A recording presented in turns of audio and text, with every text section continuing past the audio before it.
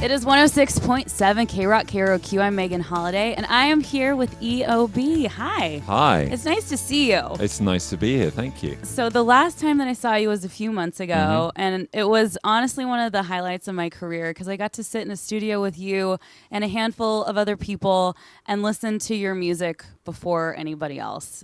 And the first thing I thought of was, I need these speakers in my house immediately. I needed them too. Right? They were amazing, Sounded right? so good in there. But like the first song that you put on, I think, was Brazil for us. Yeah. And this is a song that takes you on a journey. Yeah. It starts out and it kind of reminds me a little bit of like Nick Drake or something guitar. And then it's like a lullaby, and then it turns into this amazing, magnificent 8-minute song. And you were kind of telling us just a bit about getting this project started and living in Brazil. Yeah. So I was wondering if you could just kind of reiterate that a bit. Yeah, sure. Well, about 7 or 8 years ago, me and my family, my wife and my 2 young kids, we went out to live in Brazil for a while. And we wanted to take a year out and go and be in this extraordinary country. And we are big fans of Brazilian music and Brazilian culture and soccer and all the stuff that.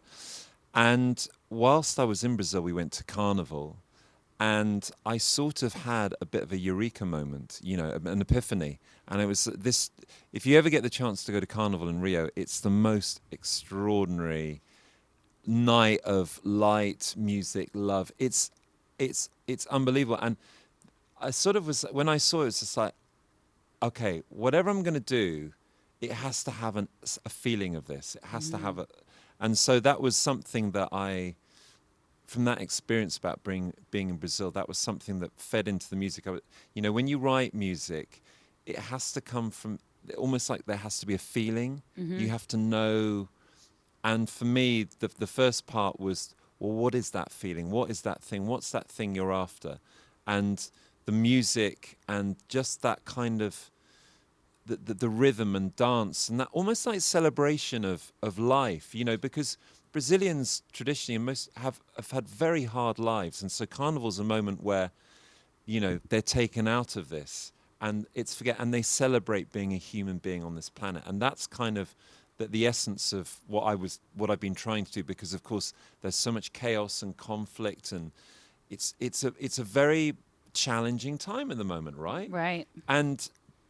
But partly what I wanted to do with the music was take that thing from Carnival, celebrate life. That when human beings, when we work together and we dance together and we play together, we can do extraordinary things. So I had a real sense of that. So that really came from Brazil.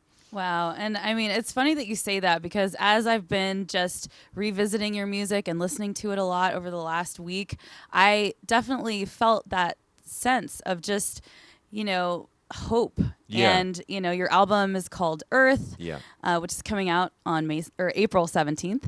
And Shangri-La is another name of your song. I remember when that one came on, and I was like, like, because it's so good. Oh, thank you. It's such a great song. Thank you so much. And just that ideal of a Shangri-La and a utopia, and it just really finding gave me a your sense tribe. of hope. That thing and I think a lot more of us, and I think that's one of the interesting things about EDM and dance music, is certainly like people celebrating being together, and also the gig, and festivals like Burning Man, like Bonnaroo, like Glastonbury in our country, that people going out 4 or 5 days and finding your people, your tribe, your community, your family. And you might never have. This is one that we have a festival in Britain called Glastonbury, which is the Mother Festival, and it's extraordinary. And you might never have met anybody. You have these extraordinary conversations and connections, and that song again was about Shangri-La. Is about those connections coming together, but it's also again about the potential of what we can do. And I feel like, we get so many messages bombarded at us by the media about how shit we are to one another, how bad we are. And we can be, but we can also be incredibly kind and loving. And I wanted to make this record is a record from the heart. It's not a head record, it's a heart record. And I wanted it to be a warm record. I wanted to, I wanted to put some love out there. And I think it's interesting because I think there is a shift happening. I think some people are shifting, others aren't. And I wanted this music to be part of this shift. Yeah, definitely. And I think a lot of us need that reminder, the Totally. reminder that there's goodness in this world and, Yeah. that we are all connected Yeah. and that everything's okay. And I think music is such a strong, maybe the strongest medium to sort of convey that and to remind us all that we're connected. And when you're playing those songs live with an audience and we're all kind of vibrating at the same frequency and feeling the same things. Yeah. Well, music when it's like that, it's like service, isn't it? It's like it's like church. It's like there's a spiritual element to music when it's on like that, when you're all coming together, and it's an incredibly powerful thing. And I think, it probably is the most it's the art form that gets you there because it's non-thinking, it's feeling, isn't it? And it's funny because I've been doing this now for a number of years, and I feel now as a musician, what we do feels more important than ever before, like bringing people together, helping people to connect, reminding people that we are all connected. That stuff is really important. And 25 years ago, someone said, I'm like, we're just a bit of fluff, But now, and I think this is what happens in challenging times, things like music take on an extra resonance, and you feel it, and you need it more because you need to be reminded of the beauty in life, if you do the music right and how we can be. And it just lifts all of our spirits. Yeah, totally. And then in doing that, I think that we just naturally kind of shift our perspective and we don't feel as negative about the way that things are. So therefore, that becomes our new reality in a way. And I think it's that other thing as well, isn't it? Feeling we all go in this world of super connectedness. So many people feel so alone, and music has that ability to make you feel less alone. I know, certain times in my life when I felt really, really alone, what's the thing I've turned to? Music, and you'd heard a lyric and they go, oh, that's how I feel, or that's how I'm feeling. And there's that stuff feels important as well now. Absolutely. Yeah. Well, it's really cool that you're just, getting to do this. And, you've been playing live shows now. Just recently played the Hollywood Forever Cemetery in the Masonic Lodge. So how has it been stepping into that role of being the front man? It's been, so a week ago was the first show in Toronto. I'd never done it. And it's been like the first show was like an out-of-body experience. I was just like, I felt like I was being pulled. It was almost like I wasn't doing it. Someone else was doing it. I've been nervous about it because, I don't know whether I can do it. But I have ideas. I want to do it, but can I do it? How will you be? But it's been really fun. It hasn't been easy, but it's been really fun, and I feel like this is where I want to be. And it feels like I'm being supremely challenged, but I'm also rising to it. What is life? Life is, for me, it's about new experiences. And where Radiohead has come from, where I've come from in Radiohead, we've never looked back. We've always looked forward. And this to me is a continuation of that. It's looking forward. Like, what am I going? Oh, I'm going to be a frontman and write a record. But for me now, this feels like another chapter. So I've started thinking about the second album, the third album. I've got this. So this is kind of where I want to be right now. And it feels doing the gigs is something I really want to do because for a musician, the gig is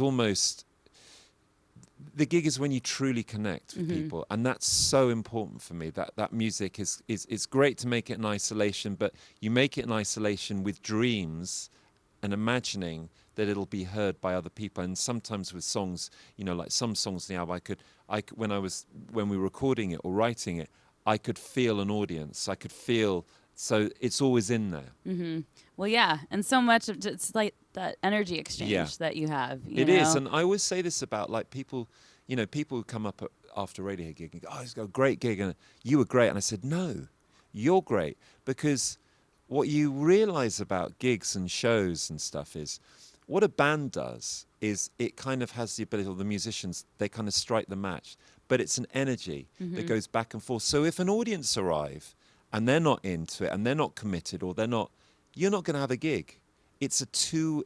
And once you get into this feedback loop, it is the most glorious thing. And we all know that because I've been fortunate to be on both sides, but I know that some of the greatest nights of music I've ever been in were watching bands where that's precisely, or artists when that's precisely happened. Yeah, where the magic kind of occurs. And then being on the other side and being in the band, what I feel really strongly about is that, I don't like musicians being held up on a pedestal. It's like we just do our thing like we all do our thing in this room. We just it's the striking a match and we're just doing our thing and something greater happens. Yeah. And I just imagine as more time goes on, you're going to get more and more comfortable with it. For and sure. It's a learning process. Yeah, for and sure. I think everybody's probably just really excited to see you doing this, Yeah, and I think it's kind of fun as well. The way that I kind of reconcile it as well is I'm growing up in public, really visibly. And I think we're living in this age of authenticity when people can really be themselves artists. So for instance, in the UK, who are the two biggest kind of male and female artists? Well, Ed Sheeran and Adele. And they come across as very normal, down-to-earth human beings. 30 years ago, when Radiohead was starting, it's like you almost had to have a front. You'd have your gamey face on, right? Now it feels different. It feels like people kind of can sniff out when you're not can sniff the bullshit.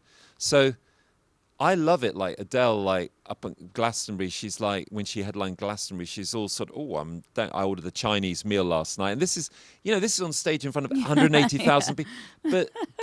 But she's being honest. And I think for me, like the kind of mantra is like, what's the truth? The truth is this is the start of a journey. And to be able to do it, I like the fact that it's happening in front of few people, and where we're going to tour all this year, and where we are now is very different from where we'll be in a year's time.